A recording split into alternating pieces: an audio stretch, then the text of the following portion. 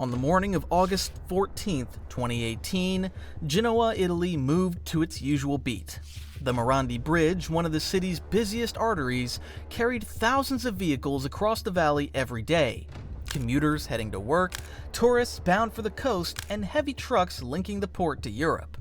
For decades, the bridge had symbolized connection and progress. Few questioned its strength. Few imagined it would fail. But at 11:36 a.m., during a relentless summer storm, the unimaginable happened. A 210-meter section of the bridge suddenly collapsed, sending vehicles, concrete, and lives tumbling into the Polsevera River and the neighborhoods below. Witnesses described hearing what sounded like thunder, but by the time they looked up, the bridge was already gone. In under 3 minutes, 43 people were dead. Hundreds more were displaced. An entire city was left mourning and demanding answers. This wasn't just an accident. Investigations would later reveal a web of missed warnings, deferred maintenance, and systemic negligence stretching back decades. It raised critical questions. How could one of Italy's key infrastructure links fail so catastrophically? Who knew about the bridge's vulnerabilities, and why was nothing done? Could it happen elsewhere? The Genoa bridge collapse became a wake-up call, not just for Italy, but for the entire world. A vivid reminder that aging infrastructure, if ignored, carries deadly risks. To understand how this tragedy unfolded, we first need to look at the bridge itself, a bold vision from the 1960s that, over time, became a hidden danger. The Morandi Bridge, officially known as the Ponte Morandi, was not just another piece of concrete infrastructure. When it was completed in 1967, it was hailed as a symbol of modern engineering, embodying Italy's post-war economic boom and technological ambition. Designed by the renowned engineer Riccardo Morandi, the bridge stretched over 1,180 meters across the Polsevera Valley, connecting Genoa's western districts to the eastern side and beyond. Its centerpiece, a series of cable-stayed spans supported by 3 towering pylons, represented an innovative approach to bridge design at the time. Morandi chose a bold material for his project, pre-stressed reinforced concrete. Even for the bridge's stay cables, a highly unusual choice. The idea was to protect the cables from corrosion by encasing them entirely in concrete, reducing maintenance needs and extending lifespan. On paper, it was brilliant. In practice, it planted the seeds for future disaster. Over the decades, engineers realized that Morandi's design had critical vulnerabilities. Concrete encasement made cable inspections extremely difficult, preventing maintenance crews from easily detecting corrosion or structural fatigue. Environmental factors like Genoa's humid coastal climate and heavy traffic accelerated the degradation of both the concrete and the steel cables hidden inside. The bridge was handling far more traffic and heavier loads than it had ever been designed for back in the 1960s. As early as the 1980s, concerns started to surface. Maintenance workers noticed visible cracks, corrosion stains, and signs of structural stress on key parts of the bridge. In response, partial reinforcements were made, particularly to the stays of some pylons, but these measures were piecemeal and did not fully address underlying issues. In 1992, Riccardo Morandi himself wrote a report warning about the bridge's durability, stating that his original design might need constant monitoring and significant future repairs. Still, the bridge remained in operation. By the early 2000s, independent studies and engineers' reports had highlighted the bridge's increasing fragility.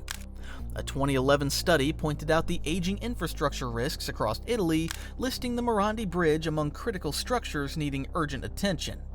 Even so, the bridge continued to be a key transportation route for Genoa, carrying over 25 million vehicles a year. For many, it had simply become part of the city's landscape, a familiar and essential feature rarely questioned. But hidden inside its concrete skin, the bridge was deteriorating. In 2017, a confidential study commissioned by Italy's motorway company, Autostrade per Italia, warned about serious anomalies in the behavior of the stays supporting Pillar Number 9, the very section that would eventually fail. Despite this, comprehensive restoration work had not been started by the summer of 2018. Plans for reinforcement were under discussion. Tender bids for repair contracts had been issued, but the work itself, critical to the bridge's survival, remained in the planning stages. The bridge stood over 5 decades, weathering storms, trucks, and time itself, until the morning it could stand no longer. As early as the 1980s, engineers and transportation officials had flagged concerns about the Morandi Bridge's long-term health. Cracks had appeared, reinforcements were discussed, partial repairs were made to specific sections, but there was never a full structural overhaul, and certainly no shutdown of the bridge for major reconstruction. Over the years, warning signs became harder to ignore. Key red flags included environmental stress.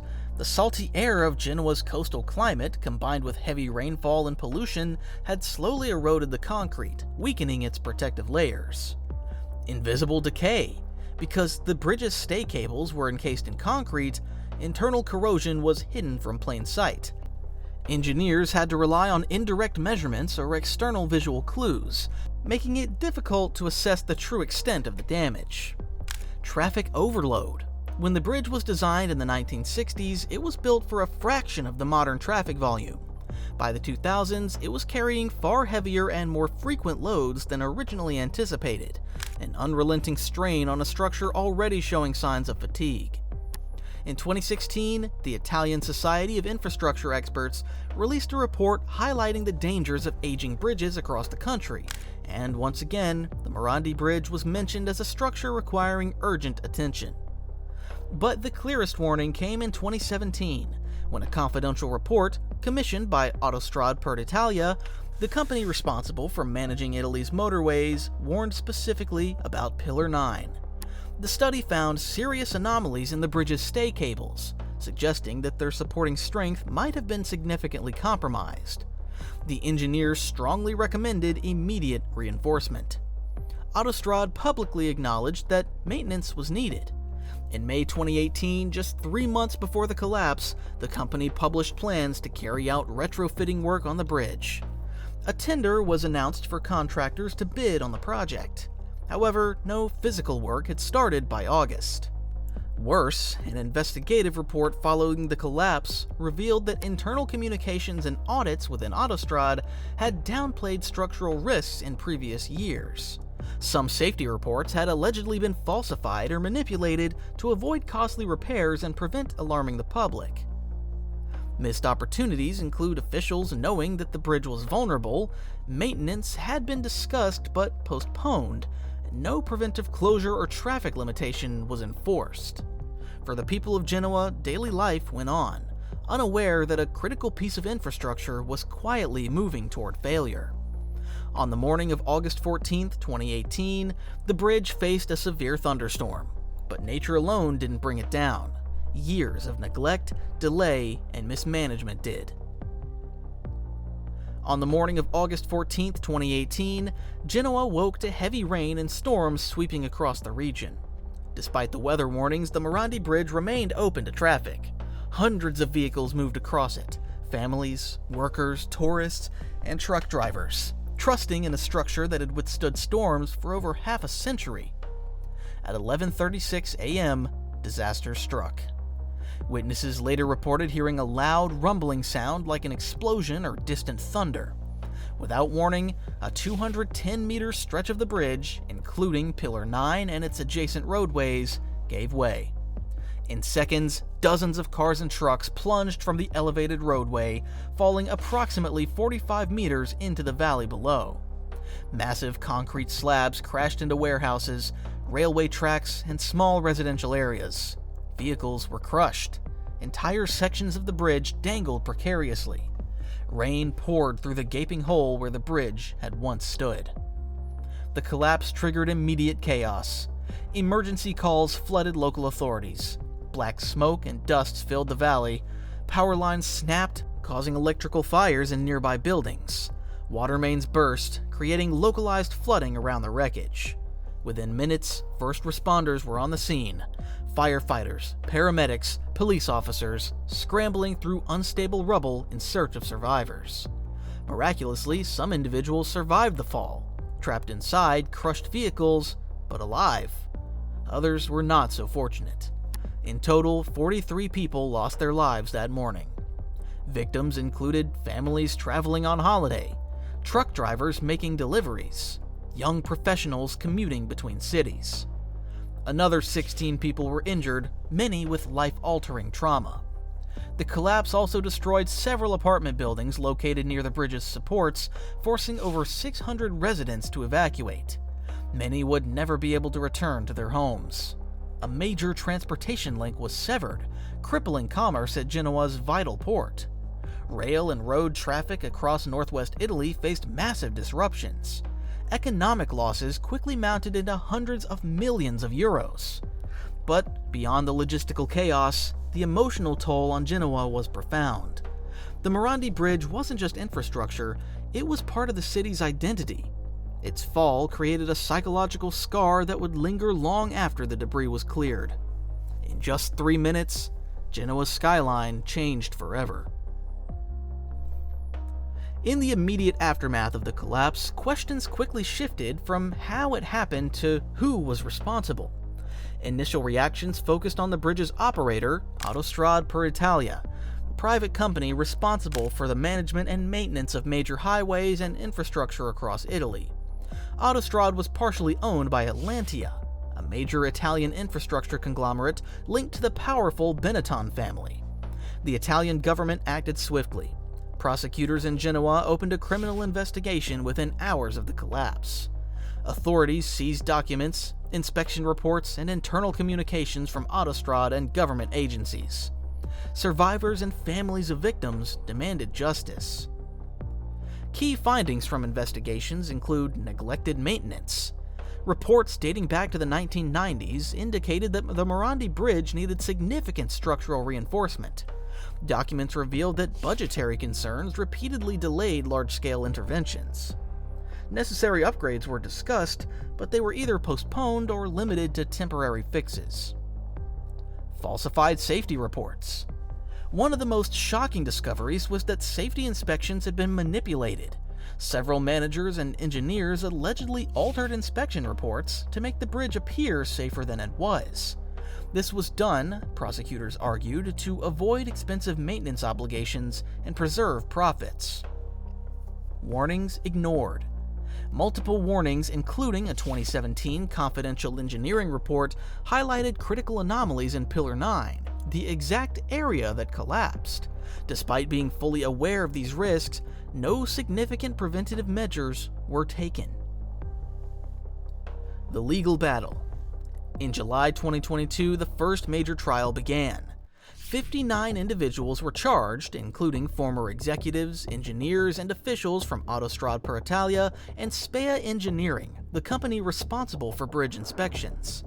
Charges included manslaughter, negligence, and forgery of public documents. The prosecution argued that corporate greed and deliberate negligence directly led to the deaths of 43 people. The government also took political action. The Italian Ministry of Infrastructure moved to revoke Autostrade's management contract for the country's highways.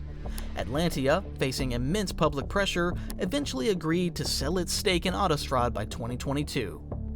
Victims' families formed advocacy groups, pushing not just for legal accountability, but for systemic reforms to how Italy manages public infrastructure. Ongoing repercussions. The Genoa bridge collapse wasn't seen as an isolated tragedy. It exposed wider systemic failures in Italy's infrastructure maintenance culture. Aging bridges and tunnels across the country suddenly came under renewed scrutiny. Public-private partnerships managing critical infrastructure face rising skepticism. Calls for stricter government oversight and transparency grew louder. As of today, the trials continue, with Italy watching closely to see whether real accountability will be delivered, not just for the victims, but for the safety of future generations. In the wake of the disaster, Genoa faced a monumental challenge. Not only did the city need to heal from its collective trauma, it also needed to physically rebuild one of its most vital transportation links. The remains of the Morandi Bridge were unstable and posed an ongoing safety risk. In June 2019, controlled demolition teams carried out a carefully planned operation. Over 3,500 residents were evacuated from nearby areas. Explosive charges brought down what remained of the bridge's eastern and western sections. Giant clouds of dust engulfed the valley as engineers worked to ensure that no further damage occurred to surrounding buildings. The demolition was both practical and symbolic, a necessary clearing of a painful past, making way for a fresh start. Soon after the collapse, world-renowned Italian architect Renzo Piano, a native of Genoa, volunteered to design the new bridge free of charge. He envisioned a structure that would not only restore a critical link for the city, but also symbolize resilience, transparency, and renewal. Key features of the new bridge, officially named the Ponte San Giorgio, or St. George Bridge: a sleek steel deck supported by 18 slender reinforced concrete piers, integrated solar panels to power lighting systems sustainably, advanced monitoring technologies including sensors embedded throughout the bridge to detect stress, corrosion, and movement in real time, a minimalist, luminous design intended to inspire trust rather than dominate the landscape. Construction began in mid-2019 and proceeded at an extraordinary pace, a sharp contrast to the bureaucracy that had delayed maintenance on the old bridge for decades. By August 3, 2020, almost exactly 2 years after the collapse, the new Ponte San Giorgio was inaugurated in a ceremony attended by government officials, construction workers, and survivors' families. For many, it was a moment of pride and sorrow, a demonstration of what Italy could achieve when urgency and care were aligned, but also a reminder of the devastating loss that had spurred it into action. The new bridge was not built atop the ruins without reflection.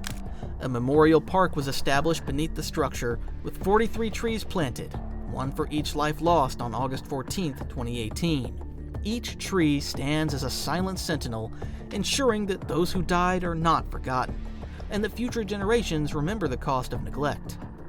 Annual memorial services are now held at the site. On the anniversaries of the collapse, sirens wail across Genoa at 11:36 a.m., the exact time the bridge fell, to pause and honor the victims. The Ponte San Giorgio is more than just a bridge. It is a symbol of resilience, a warning from the past, and a commitment to doing better. The collapse of the Morandi Bridge was not just a tragic accident. It was a preventable disaster, the result of years of overlooked warnings, deferred maintenance, and systemic complacency. For Genoa, the disaster left scars that will endure for generations. But its story carries lessons far beyond the borders of Italy. Across the world, cities and nations face the growing reality of aging infrastructure. Bridges, tunnels, and highways, once symbols of progress, are quietly deteriorating under increasing demands and changing environmental conditions. The Genoa tragedy reminds us that neglecting maintenance has real human costs. Transparency and accountability in infrastructure management are non-negotiable. Public safety must always outweigh short-term financial considerations. It also shows that recovery is possible, but only when governments, companies, and communities work together with a renewed sense of urgency and responsibility.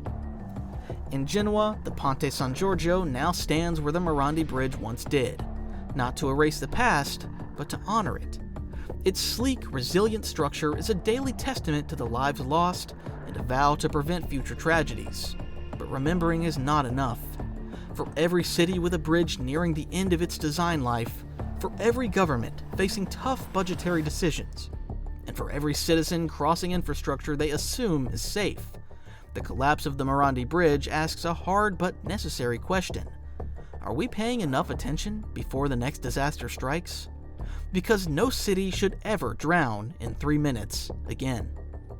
If you found this story eye-opening, don't forget to like, subscribe, and hit the notification bell.